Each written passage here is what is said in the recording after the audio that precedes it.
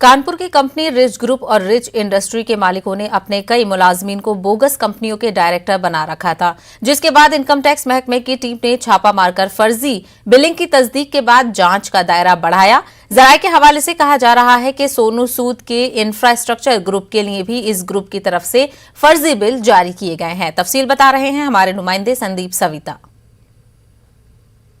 Film अदाकार सोनू सूद के घर मुंबई में आयकर की छापेमारी के बाद अब कानपुर से भी उसके तार जुड़े नजर आए हैं। आयकर की टीम यहां पहुंची एक कंपनी जहां से फर्जी बिल बनाए गए और वहां के चपरासियों के नाम से बोगस कंपनियां बनी हुई थी, जिसके जरिए सोनू सूद की कंपनी के फर्जी बिल बनाए गए।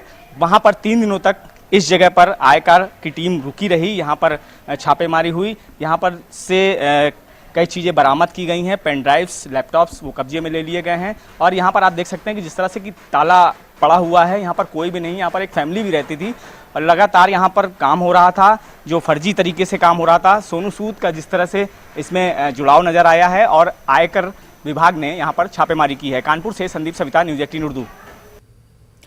गाजियाबाद जिला जेल डासना में इंडियन विजन फाउंडेशन ने कैदियों